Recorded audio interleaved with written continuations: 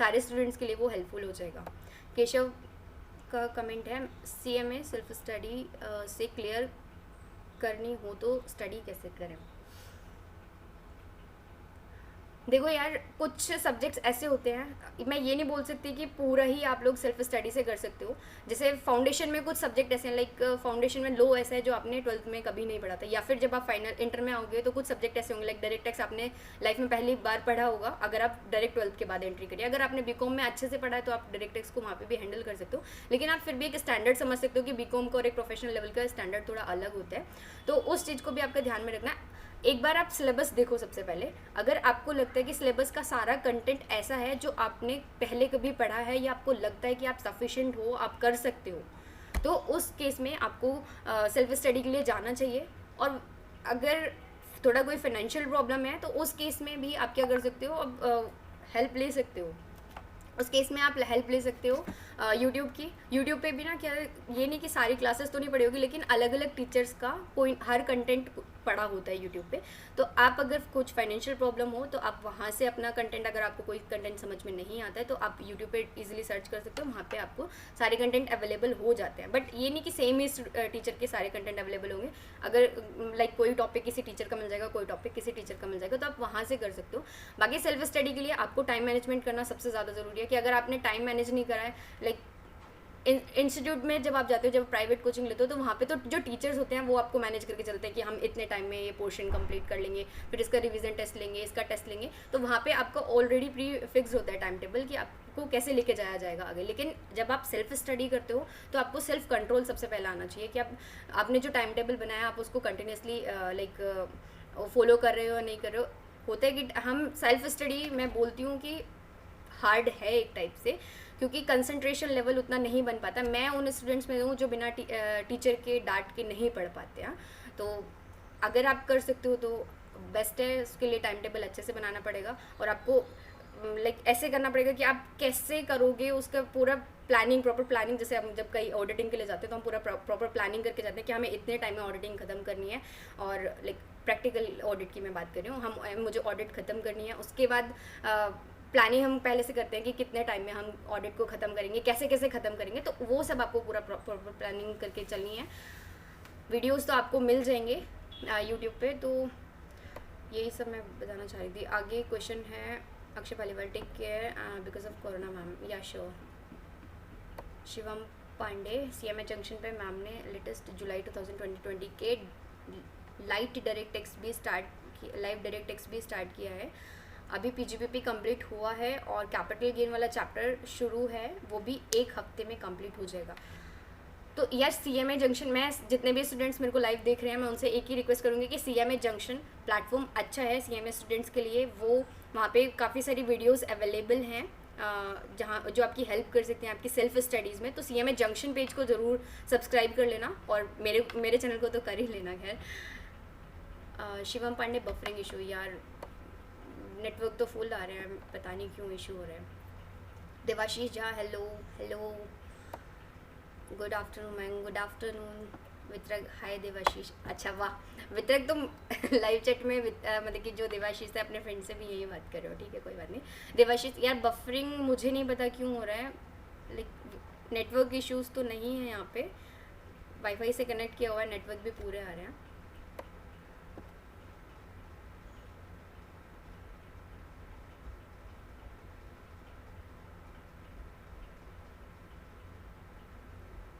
I think मुझे भी लग रहा है कुछ प्रॉब्लम आ रही है, नेटवर्क इश्यूज़ हैं ना, मेरे पास कमेंट आ पा रहे हैं, सब यही बोल रहे हैं कि बफरिंग हो रही है। सो आप मुझे 1 सेकेंड का वेट करो, मैं भी एक बार चेक करके आती हूँ।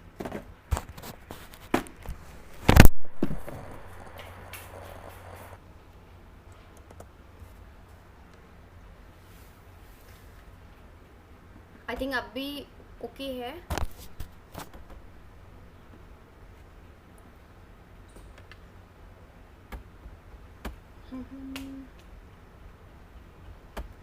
आई डोंट नो कि क्यों नहीं इशू हो रहा है, नेटवर्क तो पूरे आ रहे हैं, बट मुझे नहीं पता चला कि क्यों ऐसे इतना इशू हो रहा है नेटवर्क कनेक्शन का। आई am really sorry for that.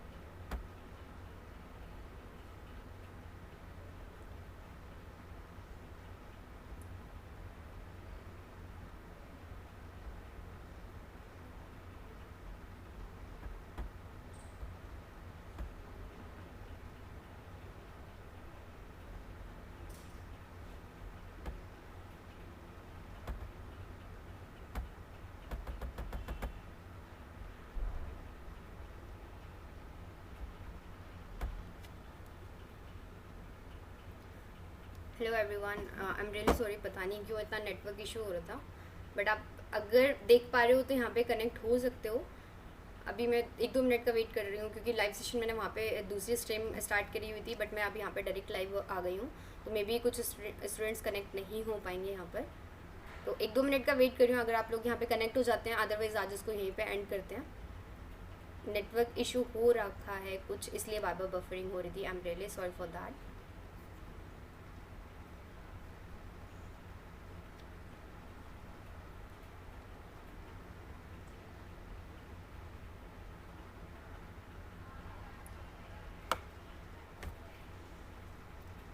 मैंने वो वाला सेशन एंड कर दिया था, वो स्ट्रीम एंड कर दी थी, वापस से इस पहले सेशन में लाइव आई हूँ। अगर आपको कोई क्वेश्चन है, अगर आप लोग यहाँ पे कनेक्ट हो पा रहे हो, क्योंकि वो जो मैंने आपको लिंक दिया था वो अलग था, यहाँ पे कुछ यहाँ पे बिना लिंक वाला मैंने वापस से लाइव स्टार्ट किया है, तो आप लोग यहाँ पे कनेक्ट हो सकते हो और अगर कोई क्वेरी है तो पूछ सकते हो। अदरवाइज़ हम इस सेशन को यहीं पर एंड कर रहे हैं।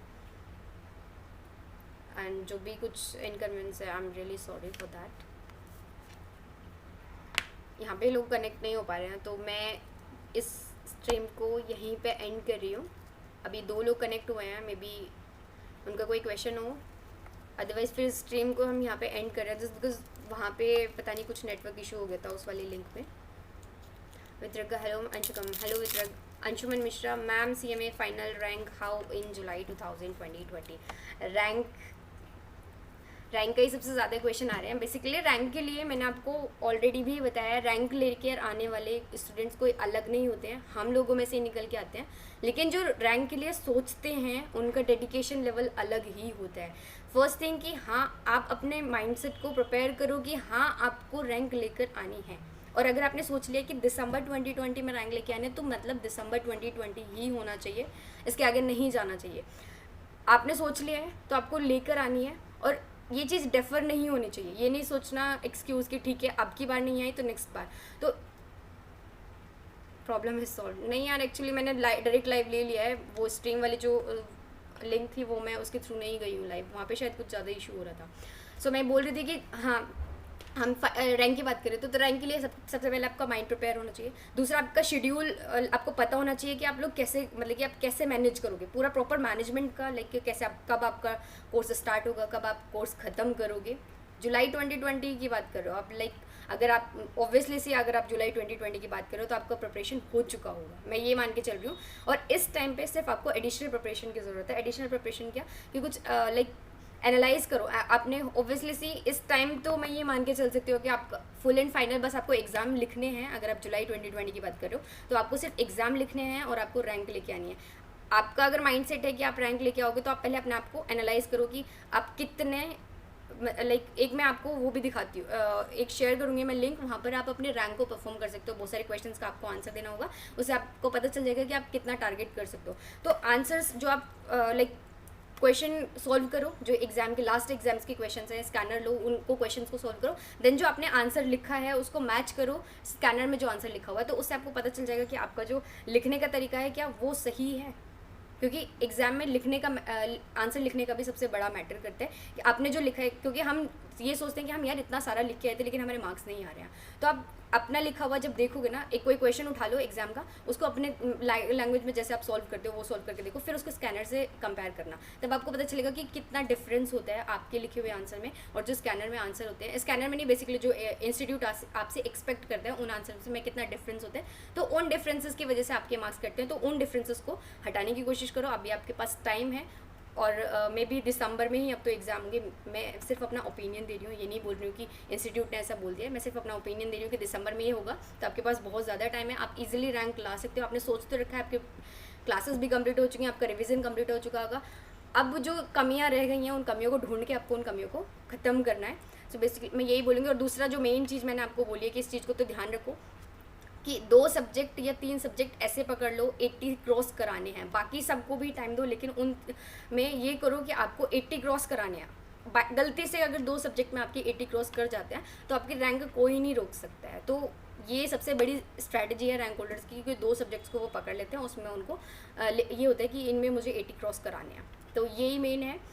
बाकी आप अपनी प्रिपरेशन कंटिन्यूस रखो, रिवीजन कंटिन्यूस रखो, और एग्ज़ाम से पहले वाले दिन बिल्कुल भी डिप्रेस्ड मत होना। मेरे साथ जो हुआ था लाइक SFM के एग्ज़ाम में, तो फीवर भी था और 7 मार्क्स ने मेरी ज़िंदगी ख़राब कर दी थी। लाइक मेरा अटेम्प्ट भी रुक गया था और ना रैंक आई और बहुत ग्रुप भी नहीं क्लियर हुए थे एक साथ। तो इन सब चीज़ों का भी छोटी छोटी चीज़ों का ध्यान रखा करो। लाइक खाना पीना ठीक से रखना है अपना। एग्ज़ाम वाले दिन मेरे को डिप्रेशन आ गया था कि यार 8 सब्जेक्ट में डेली कैसे करूँ, मतलब कि 8 दिन में कैसे एग्ज़ाम दूँगी। तो उस चीज़ से थोड़ा ओवरकम करने की कोशिश किया करो कि ठीक है जैसे भी सिचुएशन है हम हैंडल कर लेंगे। बाकी शिवम पांडे का हो गया एग्ज़ाम पोस्टपोन न्यूज़। हाँ यार अंशुमन मिश्रा, ये ना बहुत ज़्यादा इस टाइम पे चल रहा है। देखो CS वालों के तो ऑलरेडी एग्ज़ाम पोस्टपोन हो चुके हैं, अगस्त में कर दिया उन लोगों ने। CA वालों के ऑलरेडी 29 जुलाई से स्टार्ट होकर 15 अगस्त को ख़त्म होने वाले हैं। हमारे इंस्टीट्यूट ने 20 जुलाई से रखे हुए हैं। लेकिन इस सिचुएशन को देखते हुए मेरे को जो लग रहा है कि वो ऐसे लग रहा है कि एग्ज़ाम नहीं होंगे, ना तो CA के होंगे, ना CMA के होंगे, ना CS के होंगे। तीनों इंस्टीट्यूट अपने एग्ज़ाम को, इस अटैम्प्ट को 0 अटैम्प्ट मानकर इनका आगे का जो नॉर्मल अटैम्प्ट्स होंगे उनको काउंट करेंगे। यार ये ना कॉमन सेंस की बात है, इंस्टीट्यूट को भी इस चीज़ को समझना चाहिए। इंस्टीट्यूट भी इस चीज़ को समझ रहा है बेसिकली, बट वो सोच रहे हैं अगर हो जाए तो बेटर ही है कि अगर बच्चा अब एग्ज़ाम देगा, लाइक जून वाला अटैम्प्ट आप अगस्त में जाके दे रहे हो, जुलाई एंड में या अगस्त में आप जाके दे रहे हो, तो फिर जो बच्चा दिसंबर के लिए प्रिपेयर करेगा, जो नेक्स्ट अटैम्प्ट होगा उसके लिए क्या आप उसको सिर्फ 3-4 महीने दोगे प्रिपरेशन के लिए? 6 महीने चाहिए ना उसको भी प्रिपरेशन के लिए। तो फिर अगर मान लिया कि अब वो अगस्त में करा देते हैं, फिर वो दिसंबर वाले अटैम्प्ट को आगे फर्दर एक्सटेंड करते रहेंगे, तो ऐसे क्या होगा, होल लाइफ प्रोसेस जो होगा वो ऐसे होगा, डेफरमेंट होता रहेगा एग्जाम्स का। तो लाइक एग्ज़ाम की जो डेट पहले से फिक्स चली आ रही थी वो मतलब कि डेफर होती रहेंगी। तो बेस्ट चीज़ यही है इंस्टीट्यूट के लिए भी और स्टूडेंट्स के लिए भी कि इस अटैम्प्ट को तो यहाँ पे 0 काउंट कर लिया जाए और आगे मतलब कि जो जैसे नॉर्मल अटैम्प्ट जैसे चलते थे फिर दिसंबर और नवंबर जो भी चलते थे और जून और मई जो भी चलते थे, ऐसे ही उनको कंटिन्यूस करना चाहिए मेरे अकॉर्डिंग। तो मुझे तो यही सही लगता है कि इस अटैम्प्ट को 0 काउंट कर लेना चाहिए। और एक सबसे बड़ा क्वेश्चन जो स्टूडेंट्स के दिमाग में आ रहा है कि यार हम मतलब कि हमारा एक अटैम्प्ट ख़राब हो गया। कुछ स्टूडेंट्स ये भी कह रहे हैं कि अटैम्प्ट ले लो क्योंकि उनके घर के पास है जो एग्ज़ाम सेंटर है, लेकिन वो उन स्टूडेंट्स का नहीं सोच रहे हैं जो पीजी में रहते थे और वो अपने घर चले गए हैं, सारे बुक्स वो छोड़ कर आए हैं वहीं पीजी में, या फिर जो जिनका एग्ज़ाम सेंटर ही कम से कम 2 घंटे का रास्ता होता है जिनके एग्ज़ाम सेंटर्स का। तो सिर्फ अपने पॉइंट ऑफ व्यू से मत सोचा करो, सारे स्टूडेंट्स के पॉइंट ऑफ व्यू से सोचो। ये सिचुएशन इतनी ख़राब चल रही है तो बेटर है कि मैं तो यही इसी फेवर में हूँ कि एग्ज़ाम पोस्टपोन हो जाने चाहिए, तीनों पोस्टपोन नहीं कैंसिल ही हो जाना चाहिए अटैम्प्ट तीनों इंस्टीट्यूट का। और स्टूडेंट्स के फेवर में तो यही चीज़ है। तो एग्ज़ाम की पोस्टपोन की न्यूज़ यही है मेरे अकॉर्डिंग होना चाहिए, लेकिन अभी कोई नोटिफिकेशन नहीं आया है। तो जब तक कोई नोटिफिकेशन नहीं आता है प्लीज़ किसी की भी बातों पे, मेरी बातों पे, किसी की भी बातों पे यकीन मत किया करो कि क्या होगा। जब तक नोटिफिकेशन, जैसे ही कोई नोटिफिकेशन आएगा मैं आप लोगों को वीडियो के थ्रू बता ज़रूर दूँगी। ये सब उसी के बारे में था। Vitarak Parika which subject we should expect to get examination in group 1। Group 1 में आप लाइक कॉस्टिंग इतना कोई हार्ड नहीं होता है मेरे अकॉर्डिंग, कॉस्टिंग इतना हार्ड नहीं होता है, तो आप कॉस्टिंग को ले सकते हो। एंड लो में थोड़ा लैंग्वेज लिखने की प्रॉब्लम आ जाती है, तो लो में अगर आप लैंग्वेज लिखने में अच्छे हो, आपको लो इंटरेस्टिंग लगता है, तो आप वहाँ पे भी स्कोर कर सकते हो। बाकी अकाउंटिंग में और डायरेक्ट टैक्सेशन, अकाउंटिंग का कोर्स बहुत ज़्यादा वास्ट होता है, तो अकाउंटिंग तो मुझे अगर आपकी अच्छी है और आप कर लेते हो सारे टाइप के क्वेश्चंस तो हो सकते हैं। देखो डिपेंड करता है, अगर आपको कॉस्टिंग अच्छी लगती है तो आप कॉस्टिंग में लेके आ सकते हो, बट कॉस्टिंग मुझे सबसे सही लगता है ग्रुप 1 का टारगेट करने के लिए कि आप इसके में एग्जामिनेशन लेके आ सकते हो कॉस्टिंग में, क्योंकि इतने ज़्यादा चैप्टर्स भी नहीं हैं और छोटा सा सिलेबस है, छोटे छोटे से क्वेश्चंस होते हैं, मटेरियल, लेबर, ओवरहेड्स, छोटा छोटा सा होता है, वो इजीली समझ में भी आ जाता है। तो कॉस्टिंग को तुम रख सकते हो और आपके ऊपर डिपेंड करता है कि आपको कौन सा सब्जेक्ट अच्छा लगता है। अक्षय पलवल मैम हमें भी गाइड कीजिए, क्वेश्चन तो पूछो अक्षय आपका। शिवम पांडे, अगर हम सजेस्टेड आंसर जैसे ही आंसर लिखेंगे तो क्या श्योरिटी रहती है कि हमें फुल मार्क्स मिलेंगे? देखो यार एक बात मैं आप लोगों के साथ, वैसे मुझे बोलना नहीं चाहिए ये चीज़ ऐसे प्लेटफॉर्म पे, बट ये रियलिटी है। काफ़ी वीडियोस में मैं भी जब स्टूडेंट थी मैंने काफ़ी वीडियोस में देखा है, टीचर कॉपी चेकिंग दिखाते हैं, वो दिखाते हैं कि कैसे सजेस्टेड आंसर्स में रॉन्ग आंसर्स लिखे होते हैं। अब हमने कोई क्वेश्चन अच्छे से पढ़ा था, हम उसको अपने अकॉर्डिंग करके आए हैं, सजेस्टेड आंसर में जो आंसर इंस्टीट्यूट ने प्रिंट करवाया है वो आंसर गलत होता है। तो अब जो एग्जामिनर होता है वो एग्जामिनर तो सजेस्टेड आंसर के बेसिस पे क्वेश्चन को सॉल्व करेगा, क्वेश्चन को चेक करेगा, तो वहाँ पे बच्चों के मार्क्स कट जाते हैं। अब सजेस्टेड आंसर्स का मतलब ये नहीं कि बिल्कुल डिक्टो लैंग्वेज आपको लिखनी है, वहाँ पे बस उसका मतलब ये होता है कि आप एक पैटर्न देख लो कि इंस्टीट्यूट किस पैटर्न से आप एक्सपेक्ट कर रहे हैं कि आप क्या इंस्टीट्यूट को आउटपुट निकाल के दो। लाइक हम ना बिल्कुल जैसे लॉ को अगर क्वेश्चन की हम बात करते हैं तो लॉ में हम पूरा अपनी लैंग्वेज यूज़ कर लेते हैं, लेकिन लॉ तब तक लॉ मतलब अच्छी नहीं लगती है पढ़ने में जब तक आपका आंसर इफेक्टिव ना हो, जब तक आपके आंसर में कुछ लॉ वाले वर्ड्स यूज़ ना हुए हो। तो लॉ का अगर आप रिप्लाई कर रहे हो, लॉ में अगर आप कोई लाइक केस स्टडी सॉल्व कर रहे हो, तो उस केस में आपको लॉ में से जो अच्छे अच्छे वर्ड्स होते हैं तो उन वर्ड्स को लेकर, जैसे कॉन्फिस्केशन वर्ड होता है, ऐसे बहुत सारे वर्ड्स आपको मिल जाएंगे जो पढ़ के ही लगता है कि हाँ हम लॉ पढ़ रहे हैं। तो उन वर्ड्स को ज़रूर कैच कर लिया करो और फिर उसको अपने आंसर में ज़रूर यूज़ करा करो अपनी लैंग्वेज के साथ। आंसर अपनी लैंग्वेज में लिखा करो, लेकिन वो जो वर्ड्स होते हैं इंपॉर्टेंट वर्ड्स जो दिखाते हैं कि हाँ ये लॉ को रिप्रेजेंट कर रहे हैं, तो आप उन वर्ड्स को यूज़ करो। और बाकी थोड़ा पैटर्न देख लो कि वो किस पैटर्न में आपसे, किस स्टेप्स में आपसे आंसर को एक्सपेक्ट कर रहे हैं। तो सजेस्टेड आंसर सिर्फ आपको देखने के लिए कि किस तरीके से इंस्टीट्यूट आपसे डिमांड कर रहे हैं कि आपको इस टाइप से रिप्रेजेंट करना चाहिए। थोड़ा प्रोफेशनलिज्म होना चाहिए। अगर आप प्रोफेशनल कोर्स कर रहे हो तो आपके आंसर्स में भी थोड़ा प्रोफेशनलिज्म होना चाहिए, ताकि एग्जामिनर देखते के साथ ही अट्रैक्ट हो जाए। कभी कभी वैसे मैं बोलूँगी नहीं कि ऐसा होता है, बट एक होता है ना कि जब बहुत अच्छे से रिप्रेजेंट हुआ होता है कोई चीज़, तो उसको देखने का भी मन, देखते ही ऐसे लगता है यार इसने तो बहुत अच्छे से, इतने अच्छे से रिप्रेजेंट करा हो, तो इसने अंदर सही करा होगा। तो रिप्रेजेंटेशन मतलब कि लाइक आपकी प्रेजेंटेशन का बहुत ज़्यादा इफेक्ट पड़ता है। अक्षय वालीवाल का मैसेज डिलीट है। ओके मैम, आप भी तो सेल्फ स्टडी किया है फाउंडेशन से, कहाँ से किया आपने? आफरीन, शायद you are asking a question. Afreen, मैंने सेल्फ स्टडी किया था उस टाइम पे। मैंने सिर्फ 12th के बेसिस पे, लाइक मेरा 12th का बेस मुझे लगता था कि मेरा अच्छा है, उसके बेसिस पे मैंने सेल्फ स्टडी करी थी। मैंने ना तो उस टाइम पे, ना तो मैं कभी यूट्यूब को यूज़ भी ज़्यादा नहीं करती थी। मैं यूट्यूब का मैंने कभी हेल्प भी नहीं लिया था उस टाइम पे। सिर्फ अपनी सेल्फ स्टडी से, लाइक अपने 12th की बुक्स को ही बेस बना के, कुछ जो टॉपिक्स मेरे उसमें थे, लाइक फाउंडेशन की बुक्स में वही टॉपिक मेरे 12th की बुक्स में थे, तो मैंने 12th की बुक्स में सारे नोट्स बना रखे थे, तो उन्हीं से मैं रेफ़र करके मैंने प्रॉपर सेल्फ स्टडी करी थी। मैंने किसी यूट्यूब टीचर की भी हेल्प नहीं ली थी या फिर किसी अदर टीचर की भी नहीं ली थी, सिर्फ सेल्फ स्टडी से किया था, अपने आप से सेल्फ स्टडी करी थी। Anshuman Mishra, ma'am please I am targeting to get rank but lot of distractions are there like social media and all, still lagging, please help me. यार देखो, सोशल मीडिया से तो आपको बहुत ज़्यादा दूर रहना पड़ेगा। मैं खुद उनमें से हूँ जो 24 घंटे आपको फेसबुक पे लाइव मिल जाऊँगी। बहुत ज़्यादा, इवन मेरे को जानते भी बच्चे फेसबुक, मेरा क्लास में भी नाम लोगों ने फेसबुक वाली रख दिया था, इतना मैं एक्टिव रहती हूँ सोशल मीडिया पे। बट मुझे लगता है कि ये चीज़ मेरे अंदर गॉड गिफ्टेड है कि सामने मेरा फेसबुक खुला होता है और इधर मेरी बुक्स खुली होती हैं, and then I continue my studies. तो आपको, अगर आपको लगता है कि ये चीज़ आपको डिस्ट्रैक्ट कर रही है, तो यार प्लीज़ थोड़ा कंट्रोल करना। आप एक जगह रैंक के लिए भी सोच रहे हो और एक जगह आप इन छोटी छोटी चीज़ों में भी फंसे हो। जो बंदा इस लेवल पर रैंक की बातें सोच रहा है, वो इन छोटी छोटी चीज़ों से कैसे डर सकता है? तो यार आपको अपने घर वालों को बोलो, घर वाले सबसे ज़्यादा इन चीज़ों से आपको दूर रख सकते हैं। अपनी मम्मी को बोलो, मम्मी मैं 8 बजे उठूँगा, सुबह 9 बजे मेरे हाथ से फ़ोन छिन जाना चाहिए और शाम को 7 बजे तक मुझे फ़ोन नहीं मिलना चाहिए, और शाम को 7 बजे मिल जाए तो फिर 8 बजे वापस से मेरा फ़ोन छिन जाना चाहिए मेरे हाथ में। एक बार अपनी मम्मी को बोल के देखो, वापस तो मैं पूरे दिन तो फ़ोन मिलने वाला नहीं है, ये बात तो फैक्ट है। और हाँ, अगर दोस्तों से भी लाइक उनको अपनी मम्मी का नंबर दे दो, मम्मी अगर मेरे किसी फ्रेंड का कॉल है तो आप मेरी बात करा देना मुझसे, बट मेरा फ़ोन ऑन मत करना, क्योंकि एक बार फ़ोन ऑन होते इतने सारे नोटिफिकेशंस आते हैं, मेरे को खुद नहीं पता चलता 2 घंटे 3 घंटे में कब मैं एक नोटिफिकेशन आता है, उसके चक्कर में फिर कहाँ कहाँ पहुँच जाती हूँ, मेरे को खुद नहीं पता चलता। तो इन चीज़ों से तो आपको बचना पड़ेगा।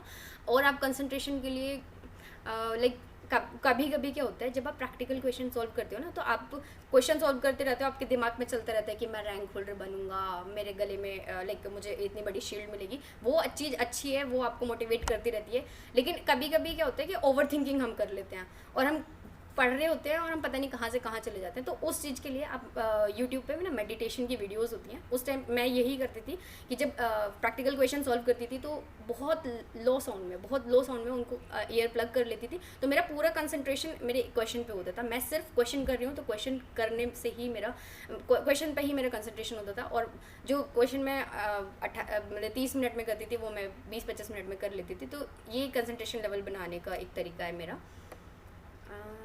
बाकी ये मैं आप लोगों को बोलना चाहूँगी, सोशल मीडिया से तो यार प्लीज़ दूर रहो, क्योंकि कितना टाइम वेस्ट होता है मुझे पता है। मैं स्टार्ट रात को 11-12 बजे कपिल शर्मा स्टार्ट करती हूँ फेसबुक पे, पता नहीं कब 3 बज जाते हैं अभी भी। इवन कल की बात मैं बता रही हूँ, 3:30 बजे मैं सोई हूँ। तो बहुत ज़्यादा मैं इन्फ्लुएंस्ड हुई हूँ फेसबुक से। मैं शिवम पांडे का, मैं तो अभी से दिसंबर समझ के चल रहा हूँ, हेल्थ के साथ कंप्रोमाइज़ नहीं कौन करेगा। सही बोल रहे हो यार शिवम।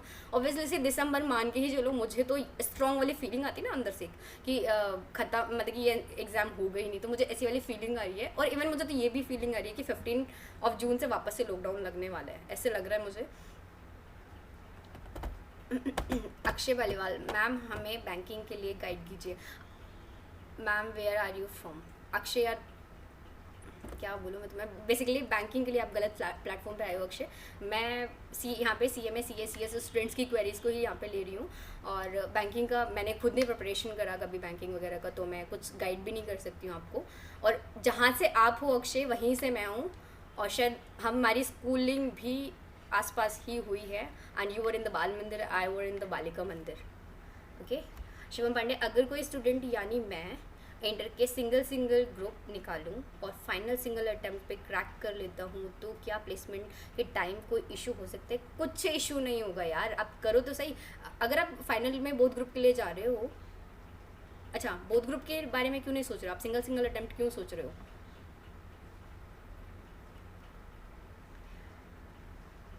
अच्छा, आप सिंगल के लिए बारे में ना सोचो शिवम पांडे, मैं आपको यही रिकमेंड करूँगी कि आप सिंगल के बारे में ना सोच के बोथ ग्रुप के लिए अगर आप सोचो तो ज़्यादा बेटर रहेगा। क्योंकि जो कभी कभी कैंपस प्लेसमेंट में कंपनीज आती हैं, सबका क्राइटेरिया वैसे अलग अलग होता है, लेकिन कंपनीज उन लोगों को ज़्यादा प्रेफरेंस देती हैं जो बोथ ग्रुप एक बार में निकालते हैं।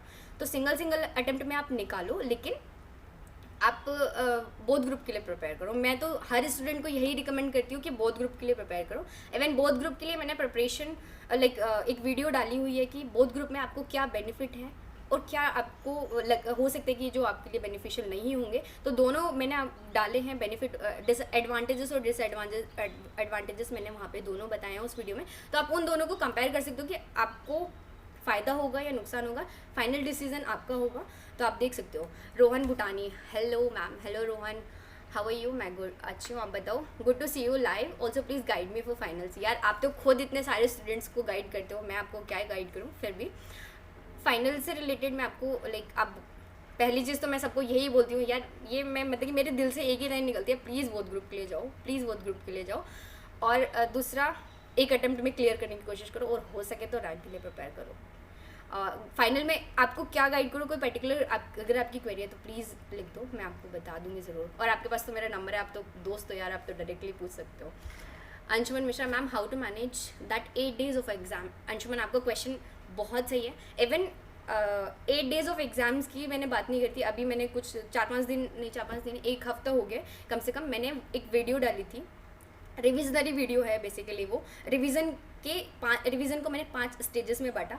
वो 5 स्टेजेस किस दिन से स्टार्ट होती हैं? जिस दिन आप पहली बार किसी इंस्टीट्यूट में कोचिंग के लिए जाते हो, उस दिन से स्टार्ट होती है। या फिर आप सेल्फ स्टडी का पहला दिन आपको जो होता है, वहाँ से लेकर एंड तक, जिस दिन आपका एग्ज़ाम ख़त्म हो रहा है, उस दिन तक की पूरे स्टेजेस को मैंने डिफ़ाइन करा बहुत अच्छे से।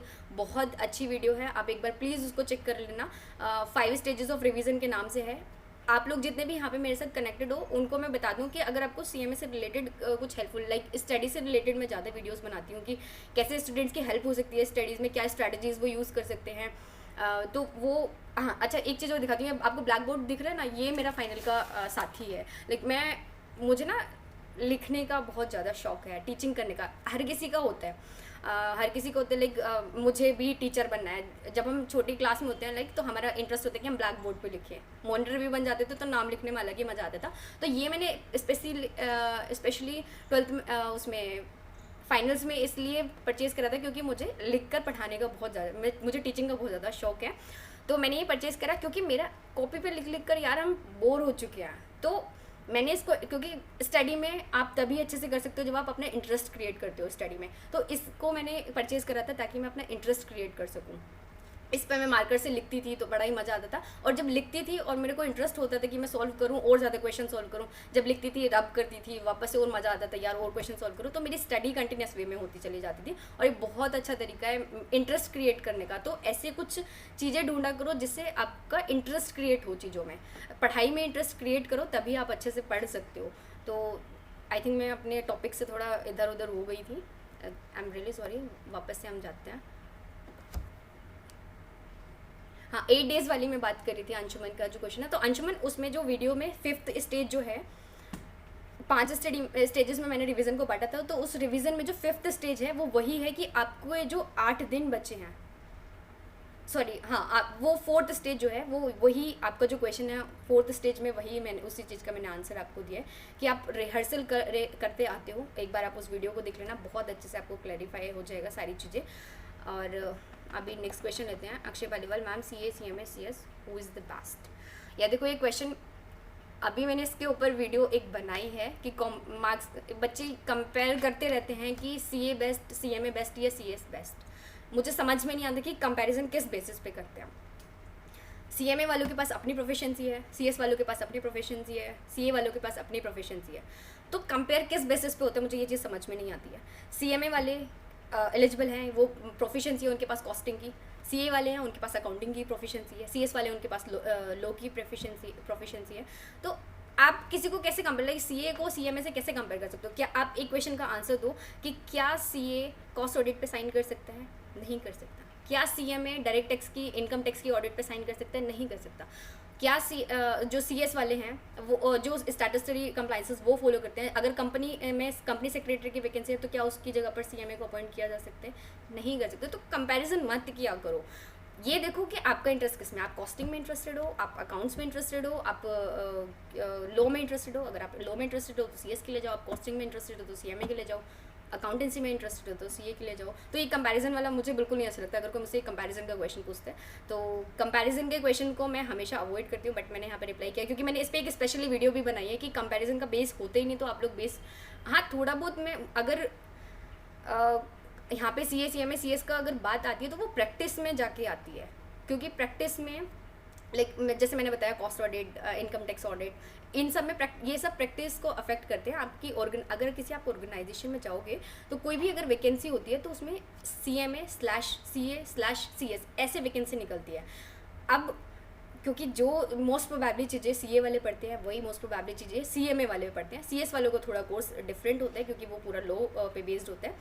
तो वहाँ पर आपको ऐसे वैकेंसी निकलती है, vacancy for this post and CMA CA CS कोई भी अलाउ है, वो कोई भी एप्लीकेशन फाइल कर सकते हैं। अब तीनों लोग जाते हैं इंटरव्यू के लिए, हो सकता है कि CMA वाले ने अकाउंटेंसी में CA वाले से अच्छा परफॉर्मेंस दिया उसको, क्योंकि नॉलेज CMA वाले को भी उतनी है। तो कंपनी पागल नहीं है कि वो CA वालों को हायर करेगी, अगर जो परफॉर्मेंस बेटर करेगा उसको हायर करेगी। तो ये नहीं है कि अगर आप CMA करो तो सिर्फ आप कॉस्टिंग में ही जा सकते हो। इस चीज़ के बारे में मैं पहले भी काफ़ी बार बोल चुकी हूँ कि अपने आप को ये अंडर एस्टिमेट मत किया करो कि आप CMA वाले हो तो आप सिर्फ कॉस्टिंग के लिए जा सकते हो। बहुत सारी फील्ड, अभी एक वीडियो मैंने कल अपलोड करी है उसमें मैंने बताया कि कितनी सारी वेरियस फील्ड्स हैं जहाँ पर आप अपनी ट्रेनिंग कर सकते हो। ट्रेनिंग कर लोगे तो आप लोगों को नॉलेज मिल जाएगी, और नॉलेज मिल जाएगी तो आप फिर फर्दर उस फील्ड के लिए अप्लाई कर सकते हो, आप वहाँ पर जा सकते हो, आपके पास एक्सपीरियंस होगा।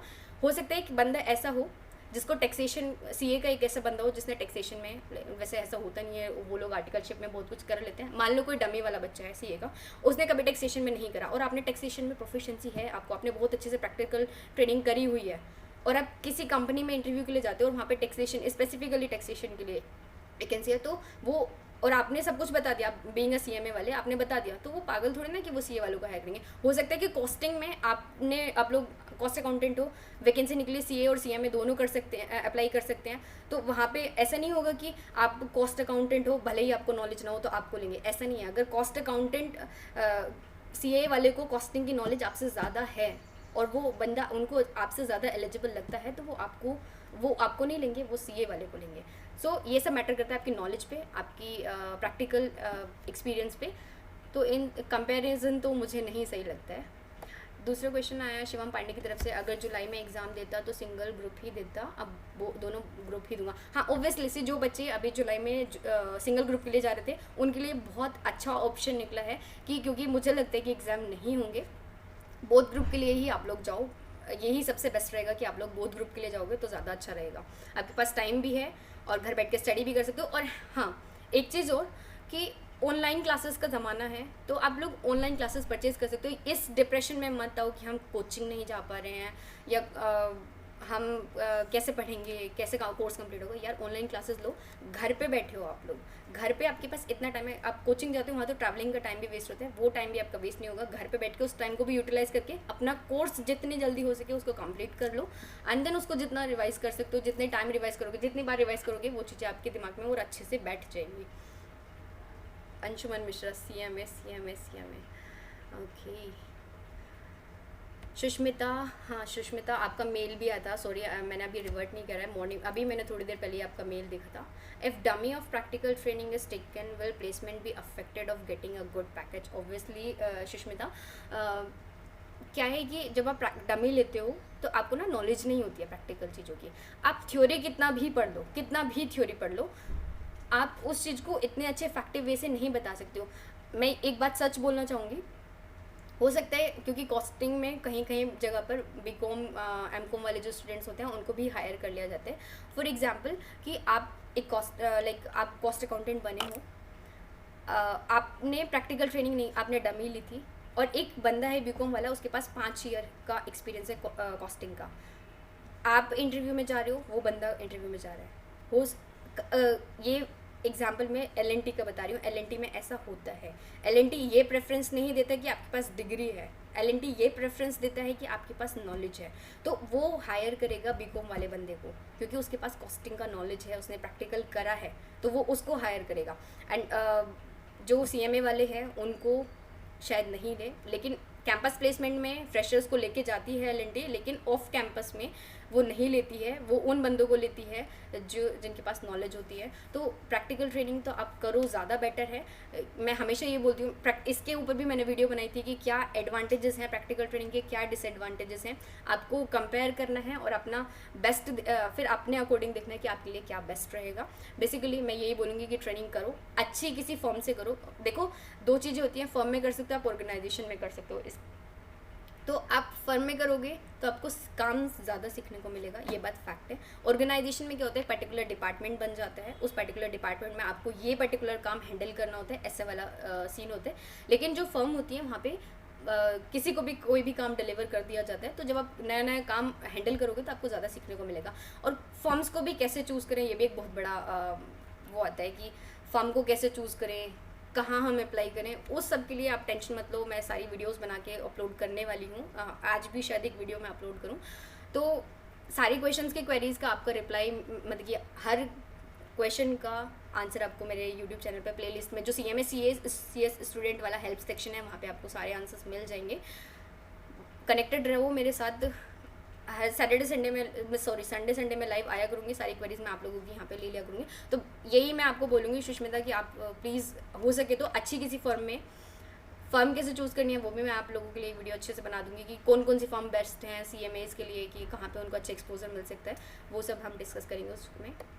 अभी हम पढ़ रहे हैं अभी Abha Mishra, hello ma'am, I am preparing for both groups, please guide me in costing ma'am. अच्छी बात है आभा, आप बोथ ग्रुप के लिए प्रिपेयर कर रहे हो। मैं तो सबसे यही रिक्वेस्ट कर रही हूँ कि सब बोथ ग्रुप के लिए प्रिपेयर करें। और कॉस्टिंग में मैं आपको क्या गाइड करूँ, प्लीज़ थोड़ा बताओ। कॉस्टिंग इंटर के बोथ ग्रुप की बात कर रहे हो आप, शायद इंटर हो या फाइनल हो। कॉस्टिंग में अगर हम बात करें तो कॉस्टिंग आप तभी कर सकते हो जब आप उसको बार बार रिपीट करोगे। प्रैक्टिकल क्वेश्चंस होते हैं मोस्ट प्रोबेबली कॉस्टिंग में, थ्योरी बहुत कम आती है। थ्योरी को भी, क्योंकि किसी भी प्रैक्टिकल क्वेश्चन को सॉल्व करने का कभी तभी हो पाता है जब उसका हमें प्रैक्टिकल मतलब बेस पता होता है। तो थ्योरी भी थोड़ा पढ़ लिया करो, थ्योरी से बेस समझ में आ जाता है कि क्वेश्चन मतलब इसका मतलब क्या है और हमें करना क्या है आगे, वो कर लिया करो। एंड क्वेश्चन तो आप जितना प्रैक्टिस करोगे उतना बेस्ट है। एक मैं ओपिनियन मतलब कि अपना पर्सनल एक्सपीरियंस शेयर करती हूँ कि कॉस्टिंग के लिए प्लीज़ प्लीज़ प्लीज़ इंस्टीट्यूट के मॉड्यूल को आप रेफ़र किया करो। इंस्टीट्यूट के मॉड्यूल में जितने भी कॉस्टिंग के क्वेश्चन हैं, चाहे इंटर लेवल पे हो चाहे फाइनल लेवल पे हो, उन क्वेश्चंस को एक होता है ना घोट के पी जाना, वैसे पी जाया करो। मैंने खुद देखा था कि लाइक सेम क्वेश्चंस आ जाते हैं कभी कभी, और कभी कभी स्कैनर का क्वेश्चन भी एक OMIS में सेम डिक्टो क्वेश्चन मैंने देखा था। तो स्कैनर और मॉड्यूल और बाकी जो आपके टीचर जो कराते हैं आपको, बेसिकली मैं तो यही सोचती हूँ कि टीचर्स को अपना जो बुक प्रिपेयर करना चाहिए वो इंस्टीट्यूट के स्टडी मैट के बेस पे ही करना चाहिए, क्योंकि पहले बच्चा टीचर की बुक्स करे, फिर इंस्टीट्यूट का स्टडी मैट करे, देन उसके बाद स्कैनर करे, तो बहुत ज़्यादा बर्डन हो जाता है। तो अच्छा होगा कि टीचर्स स्टडी मैट को ज़्यादा प्रेफरेंस देके, वो लोग अपने क्वेश्चन इधर उधर से निकाल के बनाते हैं, वैसे वो भी अच्छे स्टैंडर्ड लेवल के क्वेश्चंस बनाते हैं, बट स्टडी मैट के अगर आप क्वेश्चन कर लेते हो तो आपको पता चल जाता है कि किस टाइप के क्वेश्चन इंस्टीट्यूट आपसे पूछ सकते हैं, और वहाँ पर आंसर का भी प्रेजेंटेशन दिया होता है, तो आप लोग वहाँ से देख सकते हो। और ये मेरा पर्सनल एक्सपीरियंस है कि स्टडी मैट से क्वेश्चन लगते हैं। मैम सीएमए की इनिशियल सैलरी पैकेज क्या होता है? ये आपका नाम नहीं आ रहा है, सिर्फ सीएमए लिखा हुआ आ रहा है जिनका भी क्वेश्चन है। तो देखो यार, फैक्ट मैं बता रही हूँ, फैक्ट। अगर आपके पास आपका क्लियर हो जाता है, सीएमए क्लियर हो गया, उसके बाद आपका कैंपस प्लेसमेंट होता है। कैंपस प्लेसमेंट में अगर आपका निकल जाता है तो आपको देखो यार, प्लीज़ यहाँ पे जितने भी मेरे साथ कनेक्टेड हैं, डिमोटिवेट मत होना, क्योंकि मेरा पर्पस किसी को डिमोटिवेट नहीं करना है। और हमेशा पैसा लाइफ में सब कुछ नहीं होता है। आप सीएमए कर लोगे, आपको कितना नॉलेज मिलेगा वो चीज़ को भी आप थोड़ा देखा करो, सिर्फ पैसे के पीछे मत भागो। अब मैं बस यही बोलना चाहूँगी अपनी बात स्टार्ट करने से पहले, तो रियलिटी ये है कि अगर आपका कैंपस प्लेसमेंट हो जाता है तो आपको स्टार्टिंग में एज अ फ्रेशर मतलब मिनिमम आपका 6 लाख से स्टार्ट होता है, मिनिमम की मैं बात कर रही हूँ, और मैक्सिमम वो कहीं तक भी जा सकता है। लास्टली जो 2-3 अटेम्प्ट पहले गया था वो 18 लाख गया था। एज अ फ्रेशर आपका 18 लाख भी जा सकता है, बट अगर आपका कैंपस नहीं होता है। और ये भी रियलिटी है कि कैंपस सिर्फ 20% स्टूडेंट्स का, 15 to 20% स्टूडेंट्स का होता है। तो आप लोगों को इतना अच्छे से प्रिपेयर करना है कि आपको उन 20% में आना है, क्योंकि आप सीएमए में इतनी मेहनत कर रहे हो, किस चीज़ के लिए करो? अच्छा पैकेज कमाने के लिए ना।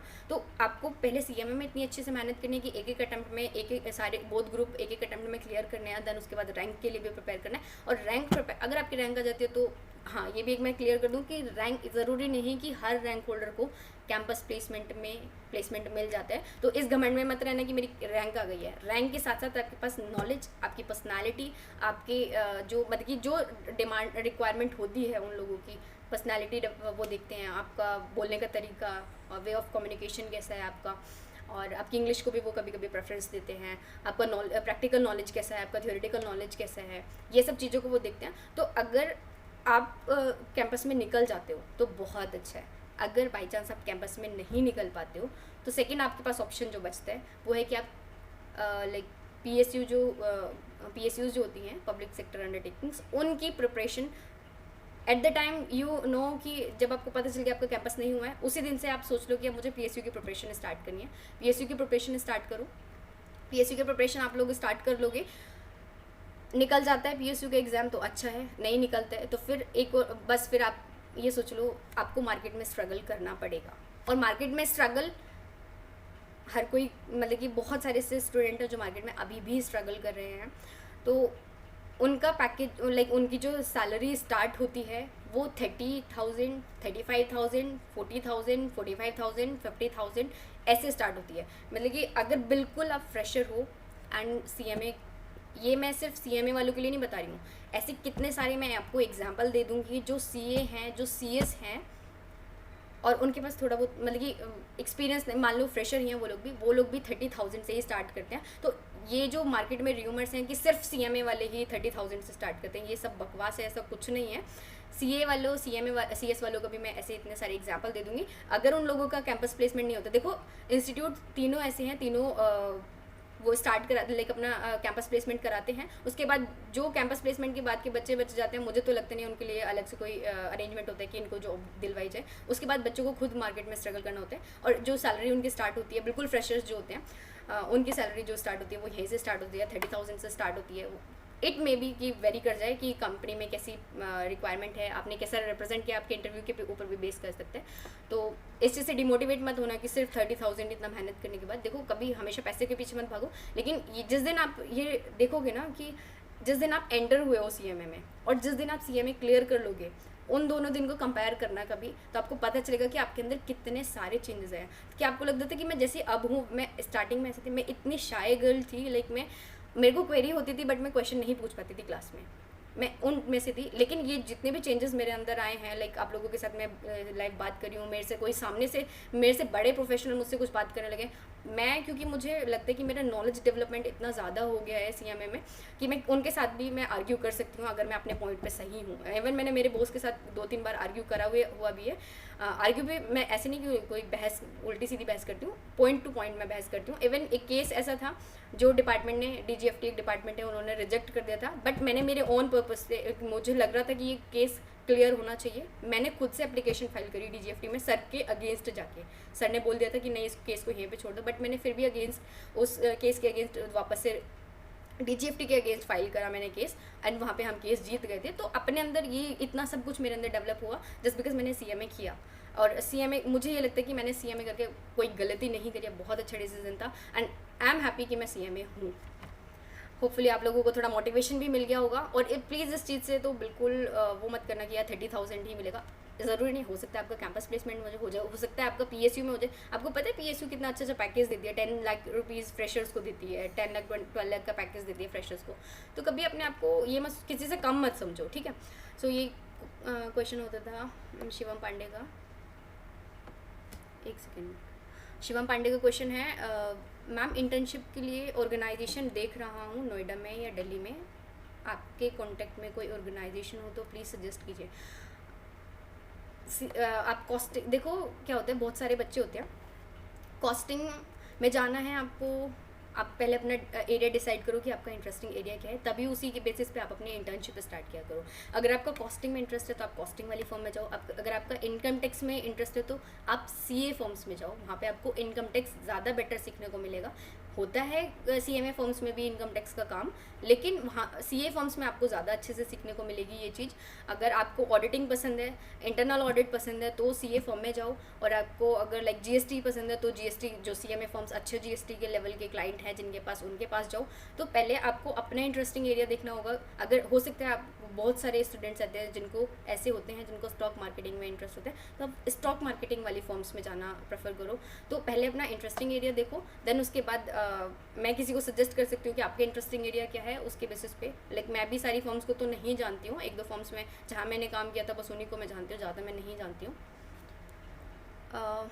बाकी आप शिवम एक बार मुझे बता देना, फेसबुक पे आप मेरे साथ शायद कनेक्टेड हो, तो आप मेरे को फेसबुक पे मैसेज कर देना, मैं वहाँ पे रिवर्ट कर दूँगी आपको।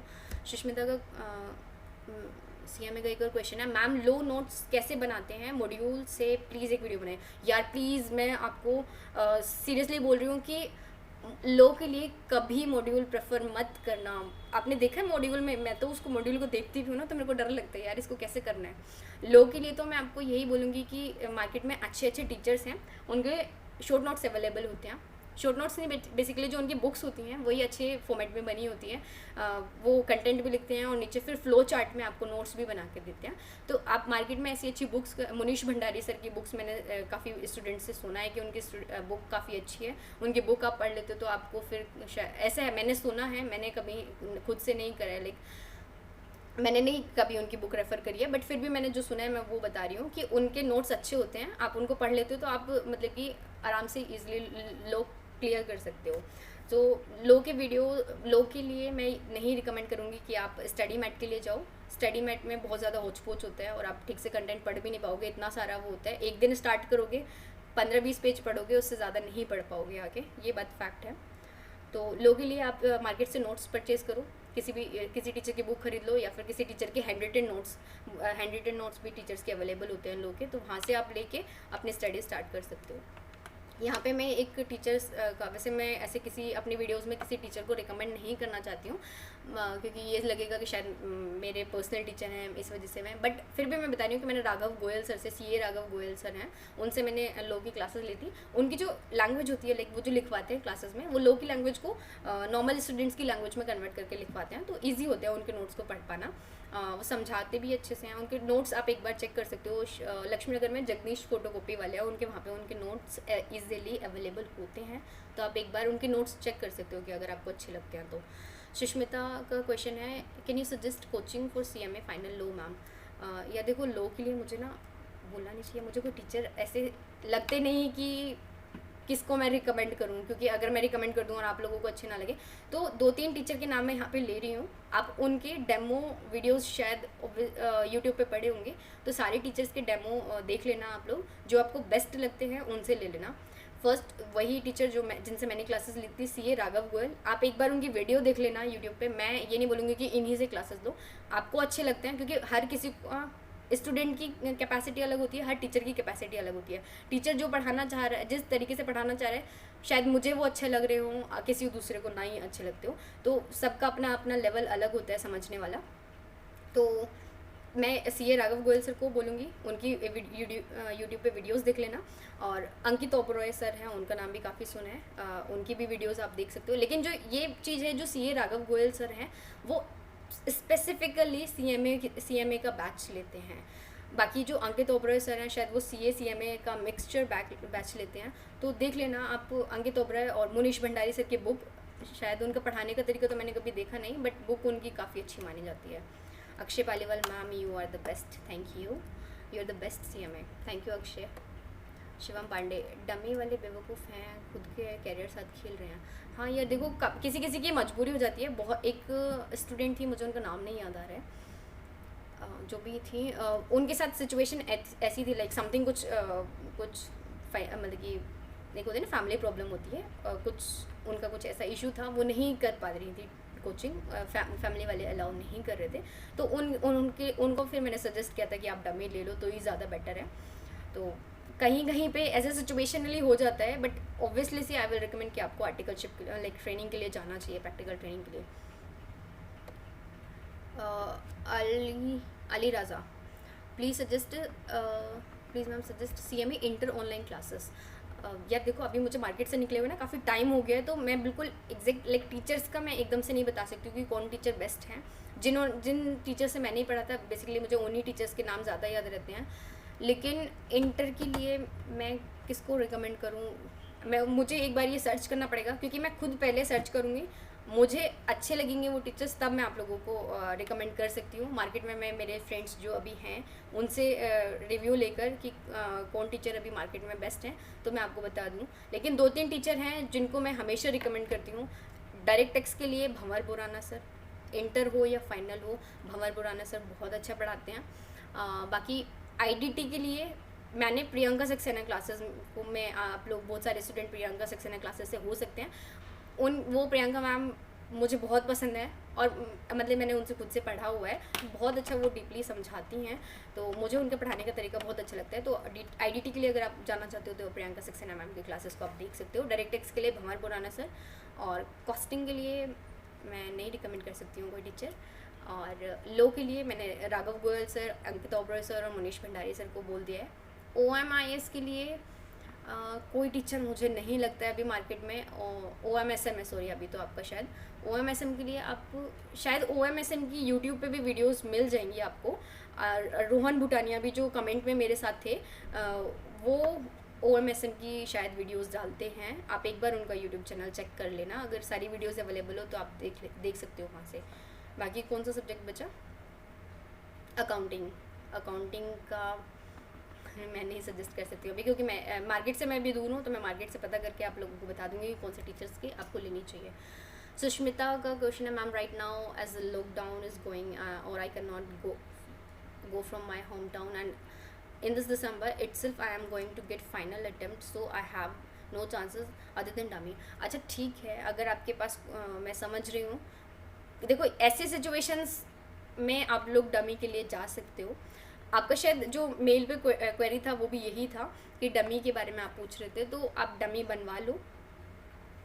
डमी के बाद आपने एक शायद ये भी क्वेश्चन पूछा था, डमी कहाँ से बनवानी है, तो लाइक मैं आपको एक नंबर है, मेरे नोन में थे वो, उनका मैं आपको नंबर शेयर कर दूँगी, शायद वो डमी का बनवाते हैं, वही आप लोगों का सब कुछ कर देंगे, लाइक अपलोड भी वही कर देंगे। आपको सिर्फ उनको वो जितने भी चार्जेस मांगते हैं, देखो यार मेरा कोई पर्सनल उसमें इंटरेस्ट नहीं है, प्लीज़ मेरे को इंक्लूड मत करना, मैं सिर्फ आपको रिकमेंड कर रही हूँ क्योंकि मेरे पास उनका नंबर है और मैंने काफ़ी बच्चों को देखा है वो हेल्प करते हैं डमी में, तो मैं आपको उनका नंबर दे दूँगी, तो आप एक बार उनसे बात कर लेना। सिर्फ ये बोल देना अंशिका ने आपका नंबर दिया था, ये मत बोलना कि मेरा उसमें कोई इंटरेस्ट नहीं है, अगर वो कोई पैसा मांगेंगे तो मैं उस पैसे में एक रत्ती पैसा भी मेरा उसमें इंक्लूड नहीं होगा। सो प्लीज़ ये मत सोचना कि मेरा उसमें कोई इंटरेस्ट इंक्लूड है, ऐसा नहीं है, बट डमी में वो शायद आपकी हेल्प कर सकते हैं, तो मैं आपको उनका नंबर दे दूँगी। बाकी अपलोड वगैरह भी वही कर देते हैं इंस्टीट्यूट में, आपको सिर्फ उनको पैसे देने होते हैं, और फॉर्म वगैरह का जो भी सीन होता है वो खुद कर लेते हैं, कब T1 उनको भरवाना होता है, कब T6 उनको T5 उनको डलवाना होता है, T4 करवाना होता है, वो सब अपने आप कर देते हैं। शिवम पांडे का क्वेश्चन है, मॉड्यूल के ही क्वेश्चंस आते हैं एग्जाम में कई बार तो अमाउंट भी सेम रहता है। हाँ देखो, शिवम पांडे भी बोल रहे हैं, शायद उन्होंने भी एक्सपीरियंस करा होगा। मैं सीरियसली बोलूँ, मैं स्टूपिड थी कि मैंने कभी जो क्या बोलते हैं स्टडी मेट को रेफ़र नहीं करा था। मैं स्टूपिड थी, मैं अपने आप को आज भी बोलती हूँ मैं स्टूपिड थी। मेरे मार्क्स कहीं ज़्यादा अच्छे आ सकते थे, बट मैंने कभी स्टडी मैट को नहीं रेफ़र करा। एक तो मेरे साथ सिचुएशन ये थी, इंटर में तो मैंने कभी नहीं करा, फाइनल में भी मैंने नहीं करा था, बट जब थर्ड ग्रुप रह गया था दोबारा से, मैंने जब थर्ड ग्रुप दिया था तब उस टाइम पे जब मैंने दोबारा थर्ड ग्रुप का अटैम्प्ट दिया था, तब मैंने पहली बार लाइफ में, मतलब कि पूरी CMA जर्नी में पहली बार मैंने मॉड्यूल उठाया था। तो हाँ, तो मैं यही बता रही थी, पहली बार मैंने मॉड्यूल उठाया था, तो उस टाइम मुझे रियलाइज़ हुआ यार मॉड्यूल से क्वेश्चंस आते हैं, तो काश मैंने इंटर से करे होते। इंटर में मेरे साथ सिचुएशन ऐसी थी, मैं हापुड़ से ट्रेवल करती थी, तो it was not possible for me to cover teachers की भी सारी क्लासेस कवर करना, और फिर स्कैनर भी कवर करना, मॉड्यूल भी कवर करना, वो मेरे लिए पॉसिबल नहीं था। टीचर वाला कवर कर लेती थी, वही बहुत बड़ी बात थी मेरे लिए, क्योंकि डेली बेसिस पे 6 घंटे मेरे को ट्रैवलिंग में वेस्ट करने होते थे। तो मैंने तो इंटर में तो सिर्फ मैंने अपनी जो टीचर्स ने पढ़ाया था उन्हीं की बुक से मैं पढ़ती थी। तो मॉड्यूल प्लीज़ कर लिया करो प्रैक्टिकल के लिए। मैं ये भी बात क्लियर कर दूँ कि मॉड्यूल को प्रेफर करो, लेकिन सिर्फ और सिर्फ प्रैक्टिकल के लिए, थ्योरी के लिए मॉड्यूल को मत प्रेफर किया करो। Theory basically specifically for law, SPM जो एक आपका सब्जेक्ट है, SM जो सब्जेक्ट है, उसके लिए आप वहाँ से जा सकते हो, क्योंकि उसमें इतनी ज़्यादा थ्योरी नहीं है, लेकिन लॉ में बहुत ज़्यादा थ्योरी है। लॉ के लिए कभी आप स्टडी मैट को मत रेफर करना। शिवम पांडे ने भी एनालाइज किया है कि मॉड्यूल से क्वेश्चंस आते हैं। सुष्मिता का क्वेश्चन है, ma'am will I be eligible for job if 6 month of practical training is completed.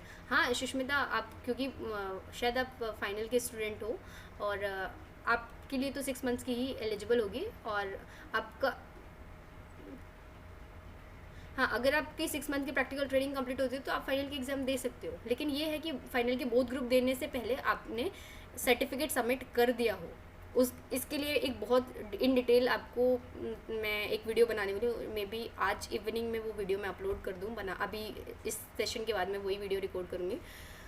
उसमें मैं आपको बताऊँगी कि किन ऑर्गेनाइजेशन में आप कर सकते हो और कितना टाइम पीरियड पहले आपको अपना अपलोड करना होता है इंस्टीट्यूट में, वो सब मैं वहाँ पे डिस्कस करूँगी। पूरा इंस्टीट्यूट की साइट से ही मैं आपको सारी डिटेल दिखाऊँगी। शिवम पांडे, आपकी ID क्या है फेसबुक पे? CMA अंशिका त्यागी के नाम से ही हूँ मैं फेसबुक पर। ACMA, सॉरी अब तो ACMA लगा दिया मैंने, ACMA अंशिका त्यागी। CMA का thank you so much, you welcome. Devashish, good afternoon ma'am, you are late. Oh hello, I was okay, I was at the right time, but वो लाइव सेशन में थोड़ा पता नहीं बीच में कुछ ऐसे डिस्कनेक्ट हो गया था, नेटवर्क इशू था, सो इट मे बी कि हाँ चलो ठीक है, आई एक्सेप्ट माई कि मैं गलत थी, मैं लेट आई थी, थोड़ा सा 2 मिनट में लेट आई थी। 3 स्टूडेंट्स उस टाइम वेटिंग कर रहे थे। देवाशीष, खुद के नोट्स अच्छे होते हैं। हाँ ये बात तो है देवाशीष कि खुद के नोट्स जो आप प्रिपेयर करते हो उससे बेटर नोट्स कोई नहीं हो सकते हैं, लेकिन उस नोट्स को प्रिपेयर करने के लिए आपको बहुत डीपली पढ़ना होता है। लेकिन कुछ स्टूडेंट्स होते हैं उनके पास या तो इतना टाइम नहीं होता कि वो डीपली पढ़ के कर सकें, तो वो दूसरे टीचर्स के नोट्स को भी रेफ़र कर सकते हैं। सिंपल सॉरी, ये जो डिम्पल बॉय है ना, मेरे को बहुत कन्फ्यूज़ करे। आई थिंक आप आफरीन हो, इफ़ एम आई राइट। तो मैम आप बहुत अच्छे हो, इतने अच्छे से एक क्वेश्चन को समझाते हो, you are too good ma'am, thank you so much Afreen. Vitarak का कॉस्टिंग दिसंबर 2018 पूरा पेपर टेक्स्ट बुक से सेम आया था, 1-2 क्वेश्चन छोड़ के। टेक्स्ट बुक, आप स्टडी मटेरियल की बात कर रहे हो ना वितरक? यार हो सकता है, देखो मैं बोल रही हूँ कि आई वॉज, क्या बोलूँ मैं अपने आप को कि मैंने स्टडी मैट नहीं करा था, बट जब मैंने अपनी गलती रियलाइज़ कर ली उसके बाद मैं सबको यही बोलती हूँ कि प्लीज़ स्टडी मैट के लिए तो ज़रूर जाओ, स्टडी मैट नहीं छोड़ना है आप लोगों को, प्रैक्टिकल के लिए स्पेसिफिकली। CMA का क्वेश्चन है, मैम ऑडिट रेफ़र कर सकते हैं मॉड्यूल से? हाँ ऑडिट रेफ़र कर सकते हो आप मॉड्यूल से। ऑडिट इतना मतलब बड़ा पोर्शन नहीं होता है, वहाँ से आप पढ़ सकते हो। लॉ के लिए मैं स्पेसिफिकली इतना इसलिए मना कर रही हूँ, तो आप कभी लॉ की मॉड्यूल खोल के देखना, आपको आप खुद डर जाओगे यार, मैं डर गई थी, आप खुद डर जाओगे, तो आप लॉ की बुक खोलोगे भी नहीं वापस से। ऑडिट में इतना ज़्यादा पोर्शन नहीं होता, तो ऑडिट आप कवर कर सकते हो वहाँ से, और हो सके तो ऑडिट के नोट्स भी काफ़ी अच्छे अवेलेबल हो जाते हैं। अगर मैं अपनी कोशिश करूँगी कि अगर मुझे ऑडिट के नोट्स आप लोगों के लिए मिलते हैं तो मैं आप लोगों को अपडेट कर दूँगी। लाइक आप लोगों के साथ शेयर कर दूँगी वो notes. Sushmita, thank you ma'am, welcome Sushmita. Nikhil Raj का क्वेश्चन है, आप चश्मा पहन के स्टाइल में खलीफा जैसे हैं, ये क्या था आपका चश्मा पहनने का स्टाइल?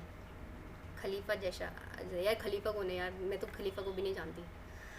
मैम पैकेज बता दो ताकि मोटिवेशन मिले देवाशीष को। कौन सा पैकेज? मेरा पैकेज पूछ रहे हो? अच्छा, अभी कमेंट्स ख़त्म हो गई हैं। I think it's around 1 hour 13 minutes हो चुके हैं हम लोगों को लाइव चैट करते हुए। बहुत ज़्यादा बड़ा लाइव सेशन हो गया है हम लोगों का। मेरे को तो समझ में नहीं आ रहा ये यूट्यूब पे अपलोड कैसे होगा इतना बड़ा। क्या देखते हैं, अपलोड करते हैं। सैलरी पैकेज देखो यार, मैंने आपको बहुत अच्छे से ऊपर डिस्क्राइब किया था कि कैंपस प्लेसमेंट के थ्रू जाते हो तो आपको 6 लाख से आपकी स्टार्टिंग होती है, 18 लाख 20 लाख आराम से मिल जाएंगे। और दूसरा मैं बताती हूँ, अगर आपका कैंपस प्लेसमेंट में नहीं होता है और आप पीएसयू की प्रिपरेशन करते हो, पीएसयू का एग्ज़ाम निकाल लेते हो, तो भी आपको एज अ फ्रेशर और एज ए एक्सपीरियंस कम से कम 10 लाख तक का, 10 लाख 12 लाख तक का पैकेज मिल जाता है। लेकिन अगर आपका कैंपस प्लेसमेंट नहीं होता है तो फिर आपको मार्केट में स्ट्रगल करना पड़ता है। ये सच है, मार्केट में आप लोगों को स्ट्रगल करना पड़ेगा। कम से कम 20% का ही, ये बात मैं ऑलरेडी भी बोल चुकी हूँ, 20% लोग ऐसे हैं जिनका कैंपस प्लेसमेंट होता है। रिमेनिंग के 10% ऐसे हो सकते हैं जिनका पीएसयू क्लियर हो जाता है, वो पीएसयूज़ में लग जाते हैं। रिमेनिंग के 20% ऐसे होते हैं जो अच्छी अच्छी कंपनीज़ में चले जाते हैं, ऑफ कैंपस भी वो लोग अच्छी कंपनी में चले जाते हैं, उनको अच्छा मिल जाता है। लेकिन फिर भी 50% ऐसे स्टूडेंट्स बचते हैं जो स्ट्रगल करते हैं लाइफ में, और उनका जो पैकेज लाइक उनकी जो एक सेकेंड उनका जो स्टार्ट होता है, लाइक जब वो मार्केट में स्ट्रगल करते होते हैं तो वो फ्रेशर होते हैं, एज अ फ्रेशर होते हैं और वो मार्केट में जाते हैं, तो उनको 30,000 से उनका स्टार्ट होता है। 30,000, 35, 40, 45, 50, 55, 60 ऐसे इतना चलता रहता है, इतना मिलता है। तो मैं ये नहीं बोलूँगी कि मैं सिर्फ यही शो करूँ आप लोगों के साथ, रियलिटी शो ना करके सिर्फ आपको ये शो करती रहूँ कि 8 लाख का पैकेज मिलता है, 10 लाख का पैकेज मिलता है, 6 लाख का। मैं रियलिटी के साथ बात कर रही हूँ कि रियलिटी ये है, कैंपस हो जाता है, अच्छा नहीं होता, पीएसयू की प्रिपरेशन करो। पीएसयू में भी अगर आपका नहीं होता है तो आप लोगों को लाइक स्ट्रगल करना पड़ेगा मार्केट में। और बहुत सारे ऐसे स्टूडेंट्स हैं, 50% से ज़्यादा स्टूडेंट्स ऐसे होते हैं जो स्ट्रगल कर रहे हैं ऑलरेडी मार्केट में। उनका स्टार्टिंग होता है 30,000 से, और वो चीज़ आपको एक्सेप्ट भी करनी पड़ेगी। लेकिन उसके अलावा मैं आपको बता दूं कि आपको बहुत कुछ सीखने को मिल जाता है, आप सीएमए बन जाते हो। ऊपर मैंने आप लोगों को पहले, मतलब कि अभी थोड़ी देर पहले मैंने आप लोगों को ये सब डिस्क्राइब करा था कि मैं कैसी थी 12th में एंड अब मुझ में कितना चेंज आ गया है। तो वो सब मैं आप लोगों के साथ डिस्कस कर चुकी हूँ। शिवम का डायरेक्ट अपना बता क्यों नहीं देते आप देवाशीष को? ये देवाशीष क्वेश्चन पूछ नहीं रहे, तुम देवाशीष के मतलब कि उस देवाशीष को वो करके लाइक उसको क्या बोलते हैं यार, मेरे को तो ये छोड़ो जो भी है, मतलब कि एक होता है ना मोहरा बना के तुम क्वेश्चन पूछना चाह रहे हो तो तुम डायरेक्ट पूछो। अंशिका जी इन्हें बता दीजिए कि रोहन शर्मा भी लाइव आने वाले हैं। हाँ, रोहन मेरे फ्रेंड हैं, बहुत ज़्यादा क्लोज फ्रेंड है रोहन मेरे। रोहन 5 बजे लाइव आने वाले हैं। CMA यार आपका नाम नहीं आ रहा, आपका सिर्फ CMA आ रहा है। अच्छा, thank you so much for all your help, thank you, you're welcome. हाँ जी, 5 बजे, आज इवनिंग में 5 बजे। लाइक मैंने जब फर्स्ट सेशन करा था तो मैंने उनके साथ शेयर किया था कि आज मैंने फर्स्ट लाइव सेशन किया था, मुझे बहुत अच्छा लग रहा है। लाइक स्टूडेंट्स का पता है, मुझे कोई ऐसा नहीं है कि मुझे कोई वो मिलता है आप लोगों को, मुझे कोई मॉनेटरी बेनिफिट हो रहा है, बट एक होता है ना सेल्फ सेटिस्फैक्शन।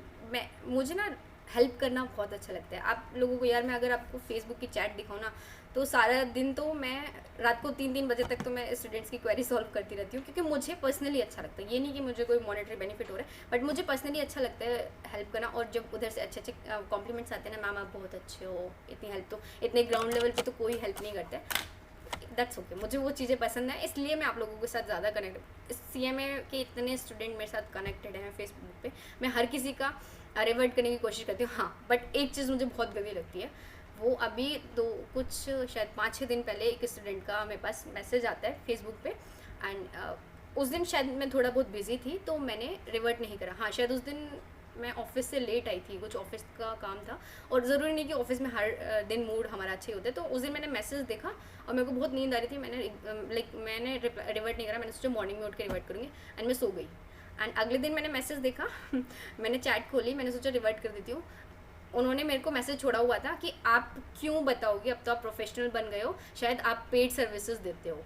सीरियसली इतना तेज गुस्सा आया था मुझे, एंड बंदे को मैं रिप्लाई भी क्या करती हूँ, वो मेरे को ऑलरेडी ब्लॉक मार के जा चुका था। छोड़ो यार उस चीज़ को, बट मुझे बहुत गंदा लगा, सीरियसली बहुत गंदा लगा कि ऐसे यार मैं अपनी तरफ से पूरी हेल्प करने की कोशिश करती हूँ, फिर भी आप ऐसे बोलते हो कि यार आप क्यों हमारी हेल्प करोगे, आप तो प्रोफेशनल बन गए हो, आप तो पेड सर्विसेज देते होगे, आप तो अपनी इन सर्विसेज के लिए भी चार्ज करते होगे, ऐसे वर्ड्स थे उनके। और ब्लॉक मार दिया कि मैं उनको रिप्लाई भी ना करूँ कुछ। खैर गुस्सा आया था उस टाइम पे मुझे, बट आई इग्नोर, चलो कोई नहीं, 1000 बच्चों में 1-2 बच्चे ऐसे हो ही जाते हैं। अब मैं पूछ रहा हूँ, बता दीजिए सैलरी पैकेज। देखो मेरा सैलरी पैकेज, मैं भी उन स्टूडेंट्स में हूँ जिनका कैंपस नहीं हुआ, लेकिन I am working in a PSU। मेरा कैंपस प्लेस में मेरा जो वो क्या बोलते हैं, मेरा पैकेज भी इतना कोई खास नहीं है, जितना मैंने एक्सपेक्ट किया था, जितना मुझे लगता है कि मुझे मिलना चाहिए उतना नहीं है। So I am not disclosing over है, ओके। बट आप सोच सकते हो लाइक मेरा कैंपस नहीं हुआ था, एंड अब मैं PSU में वर्क कर रही हूँ, राइट्स लिमिटेड में। तो बस इससे ज़्यादा मुझे नहीं बताना, आप एक्सपेक्ट कर सकते हो कि कितना होगा। आई थिंक चैट यहाँ पे ख़त्म हो रही है। सबकी क्वेरीज़ के मैंने रिप्लाई दे दिए, सबसे अच्छी बात है कि मैंने सबकी क्वेरी का रिप्लाई करा है। और आज का लाइव सेशन आप सोच सकते हो लाइक 1 घंटा तो अभी शो कर रहा है, इससे पहले भी हम 15 मिनट बात पहले कर चुके थे। 1.5 घंटे का लाइव सेशन होने वाला है। ओह माय गॉड, मैंने सोचा था स्टार्टिंग में मैंने सोचा था 20-25 मिनट का हम लाइव सेशन रखा करेंगे, लेकिन आप लोग इतना सपोर्ट कर रहे हो, लाइक आप लोगों को इतना इंटरेस्ट, मतलब अच्छा लग रहा है, तो मुझे भी अच्छा लग रहा है आप लोगों के साथ। मुख्तार मोला का क्वेश्चन, मैम पोस्टल कोचिंग में क्या होता है? अच्छा, ये भी एक क्वेश्चन बहुत सारे स्टूडेंट्स की क्वेरी है कि कोचिंग, पहले मैं आप लोगों को बता दूँ, 2 टाइप की कोचिंग होती है। जब आप वो एंट्री लेते हो, एडमिशन लेते हो, तो आपके पास ऑप्शन होता है, या तो आप ओरल कोचिंग के लिए जाओ या फिर पोस्टल कोचिंग के लिए जाओ। तो ओरल कोचिंग में क्या होता है कि ओरल कोचिंग में आपको इंस्टीट्यूट अपनी तरफ से कोचिंग प्रोवाइड कराता है, ठीक है। उसमें क्या होता है कि इंस्टीट्यूट, एक ये भी बात मैं क्लियर कर दूँ, ओरल कोचिंग और पोस्टल कोचिंग दोनों का जो फीस है पहले डिफरेंट होता था, लेकिन अभी सेम है। ओरल और पोस्टल दोनों के लिए सेम है, चाहे इंटर लेवल हो चाहे फाइनल लेवल हो। तो अब दोनों का जो फीस स्ट्रक्चर है वो तो सेम है। ओरल में आपको इंस्टीट्यूट वाले क्लासेस प्रोवाइड कराते हैं, उन क्लासेस को आपको अटेम्प्ट करना होता है। उसमें कुछ लाइक अटेंडेंस का क्राइटेरिया भी रखते हैं कि 75% अटेंडेंस रखनी है आप लोगों को। तो ऐसा होता है कि आपको 75% अटेंडेंस रखनी होती है वहाँ पे। फिर ओरल कोचिंग वाले क्या करते हैं, आपको पढ़ाते हैं, फिर लास्ट में एक टेस्ट लेते हैं आपको वो टेस्ट क्वालिफाई करना होता है। टेस्ट बहुत इजी होता है, ऐसा कुछ नहीं है कि हार्ड पूछते हैं। जितना उन लोगों ने पढ़ाया होता है उसमें से भी छोटी छोटी चीज़ें वो लोग पूछ लेते हैं, जस्ट फॉर द कहते हैं ना, एक लाइक फॉर्मेलिटी के लिए वो टेस्ट लिया जाता है। लेकिन जो पोस्टल कोचिंग होती है, पोस्टल कोचिंग में क्या होता है, उसमें आपको स्टडी मटेरियल दे दिया जाता है पोस्टल कोचिंग में, और आप अपनी सेल्फ स्टडी करते हो, मतलब अपने घर बैठ के स्टडी करते हो। आप कोई किसी इंस्टीट्यूट द्वारा प्रोवाइड करी गई कोचिंग में नहीं जाते हो। तो यहाँ पे आपको पोस्टल कोचिंग में आपको घर बैठ के पढ़ाई करनी होती है। फिर जब आपकी लाइक एग्ज़ाम से पहले आपको कुछ ETs होते हैं, ET मतलब कि पेपर टाइप होते हैं, वो ऑनलाइन पेपर्स मतलब इंस्टीट्यूट अपलोड करते हैं। उन क्वेश्चंस मतलब पेपर्स को आपको सॉल्व करके, और फिर वो अपने जो रीजनल चैप्टर होता है आपका वहाँ पे सबमिट करने होते हैं। तब फिर आप जब वो सबमिट करते हो तो आपको एक स्लिप मिल जाती है कि हाँ आपने अपने ET सबमिट कर दिए, तब आप फिर एग्ज़ाम्स के लिए एलिजिबल होते हो। तो ये दोनों डिफरेंस था ओरल और पोस्टल में, कि ओरल में इंस्टीट्यूट कोचिंग प्रोवाइड कराते हैं, वहाँ पे वो क्या बोलते हैं, अटेंडेंस मैटर कर जाती है आप लोगों की। लेकिन पोस्टल में ऐसे कोई अटेंडेंस का कुछ नहीं है, आपको स्टडी मटेरियल मिल जाता है, आप अपने घर बैठ के पढ़ाई कीजिए। लाइक पोस्टल को वो बच्चे प्रेफर करते हैं जो लाइक प्राइवेट कोचिंग्स में जाते हैं, क्योंकि अगर या तो वो प्राइवेट कोचिंग में जा सकते हैं या फिर इंस्टीट्यूट वाली कोचिंग में। तो जो बच्चे प्राइवेट कोचिंग से अपना प्रिपरेशन करते हैं तो वो पोस्टल कोचिंग के लिए जाते हैं, ताकि वो अपनी जो क्लासेस है जहाँ से भी उन्हें क्लासेस लेनी है वहाँ से क्लासेस ले सकें। लेकिन कुछ बच्चे ऐसे होते हैं, कुछ को फाइनेंशियल प्रॉब्लम होती है, या कुछ भी प्रॉब्लम हो सकती है कि वो प्राइवेट कोचिंग्स में नहीं जाते हैं, क्योंकि प्राइवेट कोचिंग्स की फ़ीस हाई होती है। तो वो लोग सोचते हैं, वो लोग ओरल कोचिंग के लिए जाते हैं, वहाँ पे इंस्टीट्यूट उनको कोचिंग प्रोवाइड कराता है। फ़ीस दोनों की सेम है, कोई डिफरेंस नहीं है फ़ीस में। आई थिंक आपको क्लियर हो गया होगा। अगर कोई फिर भी डाउट है तो आप मुझे बता सकते हो।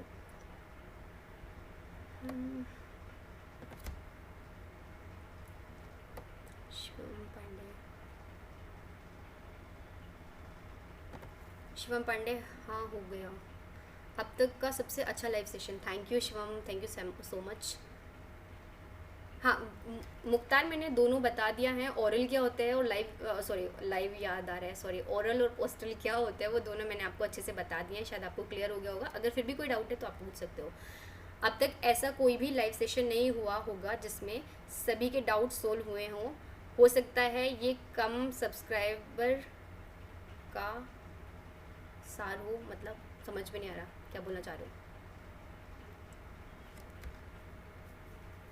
हाँ, ये हो सकता है कि कम सब्सक्राइबर्स हैं अभी, लाइक जस्ट 490 सब्सक्राइबर्स ही हैं।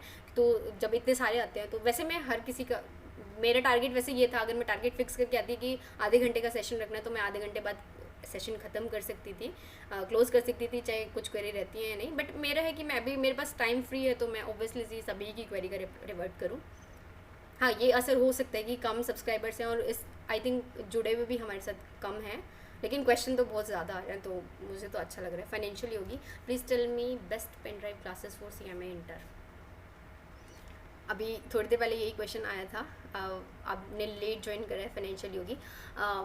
अभी मैंने CMA इंटर का आपको अगर मैं बताऊं कि मैंने थोड़ी देर पहले भी यही बोला था कि मैं मार्केट से काफ़ी टाइम से आउट हूँ, लाइक 2018 में मेरा क्लियर हो गया था। उसके बाद मुझे पता नहीं कि मार्केट में टीचर कौन से बेस्ट चल रहे हैं इस टाइम पे, क्योंकि स्टूडेंट्स, जब हम स्टूडेंट लाइफ में होते हैं तो हमें पता होता है कि कौन सा टीचर अच्छा बेस्ट पढ़ा रहे हैं।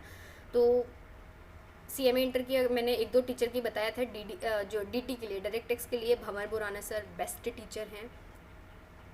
इनडायरेक्ट टेक्स्ट के लिए प्रियंका सक्सेना मैम मुझे बेस्ट लगती हैं, मुझे बेस्ट लगती हैं। आप लोग देख सकते हो उनकी वीडियोस वगैरह, उनसे ले सकते हो, वो अच्छा पढ़ाती हैं। मुझे तो, मैंने फाइनल और इंटर दोनों में उन्हीं से पढ़ा था, वो बहुत अच्छा पढ़ाती हैं। और बाकी OM SM का मुझे नहीं पता किसी टीचर का, कॉस्टिंग का मुझे किसी टीचर का नहीं पता। लो के लिए CA राघव गोयल, अंकित ओबरॉय और मुनीश भंडारी, इन तीनों में से आप किसी एक को ले सकते हो। बाकी अकाउंट्स का भी मुझे नहीं पता है, अकाउंट्स में कि अकाउंट्स स्पेसिफिकली CMA के लिए कोचिंग थोड़ा हार्ड है, क्योंकि टीचर क्या सोचते हैं CA और CMA वालों को मर्ज करके पढ़ा लो, तो थोड़ा ऐसा हो जाता है। CMA के लिए कोचिंग, ये बात फैक्ट है कि CMA वाले स्टूडेंट के लिए कोचिंग बहुत कम होती है, या तो मर्ज में चल रहा होता है बैच, वहीं हम लोगों को एडजस्ट करना होता है CA CMA वालों को, या बस। अभी क्वेरीज ख़त्म हो गई हैं। I think we should stop this session. I am waiting for the 2 minutes. अगर किसी की कोई क्वेरी आती है तो मैं रिवर्ट करती हूँ, अदरवाइज़ फिर हम इस सेशन को यहीं पे एंड कर रहे हैं।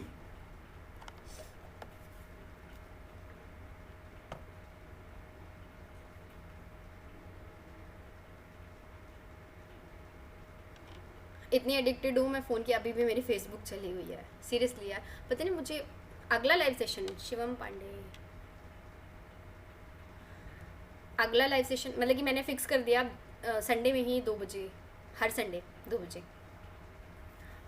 CMA का क्वेश्चन है, मैम जुलाई एग्ज़ाम होने के कितने चांसेस हैं? यार मुझे नहीं लगता, 0% चांसेस लगते हैं मुझे, बट ये मेरा ओपिनियन है, ये किसी इंस्टीट्यूट ने नहीं बोला यार, प्लीज़। क्योंकि बच्चे ना भरोसा कर लेते हैं, जिस पर बच्चे भरोसा कर रखे होते हैं ना, वो कुछ भी बोलते हैं, वो उनके लिए पत्थर की लकीर होती है। तो मैं सिर्फ ये बोल रही हूँ कि मैं अपना ओपिनियन दे रही हूँ कि मुझे लगता है कि एग्ज़ाम लाइक ये वाला अटैम्प्ट ही कैंसिल होगा और इस अटैम्प्ट को एज अ 0 अटैम्प्ट काउंट किया जाएगा। और फाइनली जो बच्चे इस अटैम्प्ट में रजिस्टर्ड हैं, यार देखो सिचुएशन ठीक हो गई, चेंज हो गई, कुछ भी हो गई, तो एग्ज़ाम हो सकते हैं, जुलाई में भी हो सकते हैं। बट आप अपने आप को प्रिपेयर रखो, आप अपने आप को प्रिपेयर रखो कि कोई भी सिचुएशन आए, क्योंकि आप लोगों को इतना टाइम मिल गया, ऑब्वियसली से आप लोग प्रिपेयर होंगे। कहीं जो आपके एग्ज़ाम जून से होने थे, 10 जून से होने थे, वो आपके पूरे 1.5-2 महीने बाद हो रहे हैं, तो आप अच्छे से प्रिपेयर तो होंगे ही उस चीज़ के लिए। तो इस चीज़ को मुझे, मेरा ओपिनियन ये है कि शायद नहीं होंगे एग्ज़ाम, कैंसिल होंगे एग्ज़ाम्स, बट कुछ भी हो सकता है। शिवम पांडे, अगला लाइव सेशन मैंने आपको बता दिया कि हर संडे 2 बजे।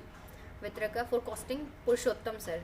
अच्छा, इस चैट में वितरक का एक CMA इंटर के लिए उन्होंने बताया है कि कॉस्टिंग के लिए कोई पुरुषोत्तम सर हैं, वो अच्छा है, तो आप एक बार देख सकते हो उनकी वीडियोस भी, अगर आपको हेल्पफुल लगते हैं तो आप उन टीचर को देख सकते हो अपनी कोचिंग के लिए।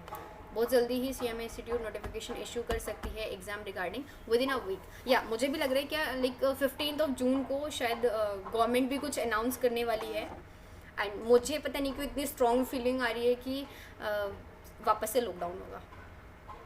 मैं इतनी खुश क्यों हो रही हूँ यार, मेरे को ऑफिस जाना पड़ता है सीरियसली, परेशान हो गई हूँ मैं ऑफिस जाके। वैसे अभी 4 दिन से, लास्ट 4 दिन से मेरी छुट्टी चल रही है, फिर भी मेरे को ना ऑफिस जाते हुए मौत आती है।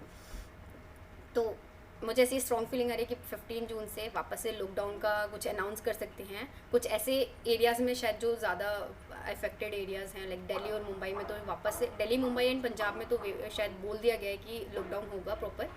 और बाकी अब पता नहीं, मैं तो हरियाणा में हूँ इस टाइम, गुड़गांव में, तो देखते हैं जो भी होगा। बाकी कुछ पूछा था मैं, बातें करते करते पता नहीं कहाँ पहुँच जाती हूँ।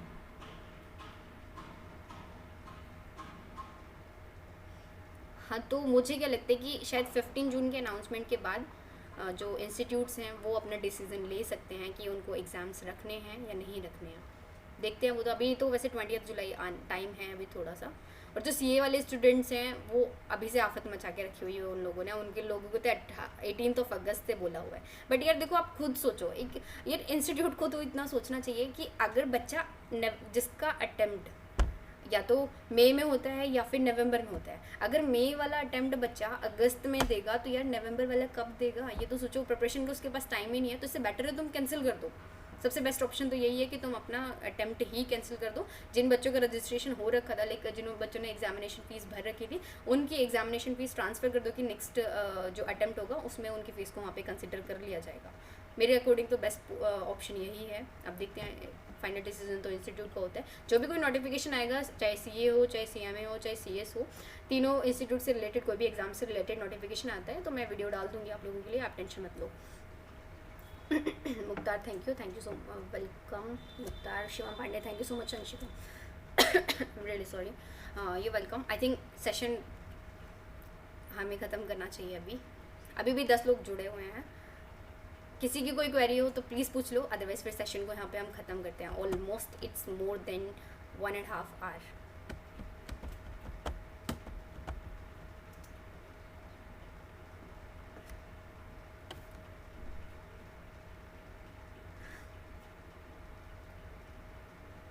बाकी मुझे कोई क्वेरी दिख नहीं रही है, सो मैं सेशन ख़त्म कर रही हूँ। Okay, bye bye.